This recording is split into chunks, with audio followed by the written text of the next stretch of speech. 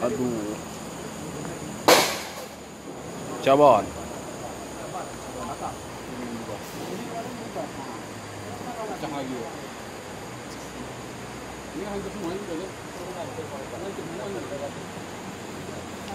Tujuan kita ke Jeramban Bikar ini apa nih? Nah, ini kan kita mau lihat nih, kita survei jalan dan jembatan. Nanti habis ini saya pengen lihat jalur alternatif yang arah ke sana, yang arah ke Lahat yang lewat sebelah. Saya pikir kemarin itu informasi kan ini rusak sekali nih, sampai mobil nggak bisa lewat. Saya pikir ternyata setelah saya lihat memang untuk kondisi darurat masih bisa.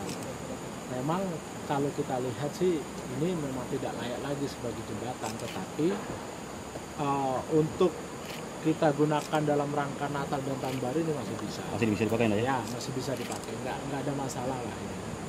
Karena nanti bulan 2 rencananya akan diperbaiki untuk lantainya ini. Berarti sejauh ini belum masuk kategori terlalu berbahaya, nah? Ini kalau ini sih enggak. Ada nggak pengalihan arus jelang Natal dan Tahun Baru, Nan? Kalau kita lihat nanti ada gangguan baru kita alihkan. Tetapi selama ini yang penting kita siapkan dulu. Kita siapkan melalui jalan ke Gumei. Jalur alternatifnya?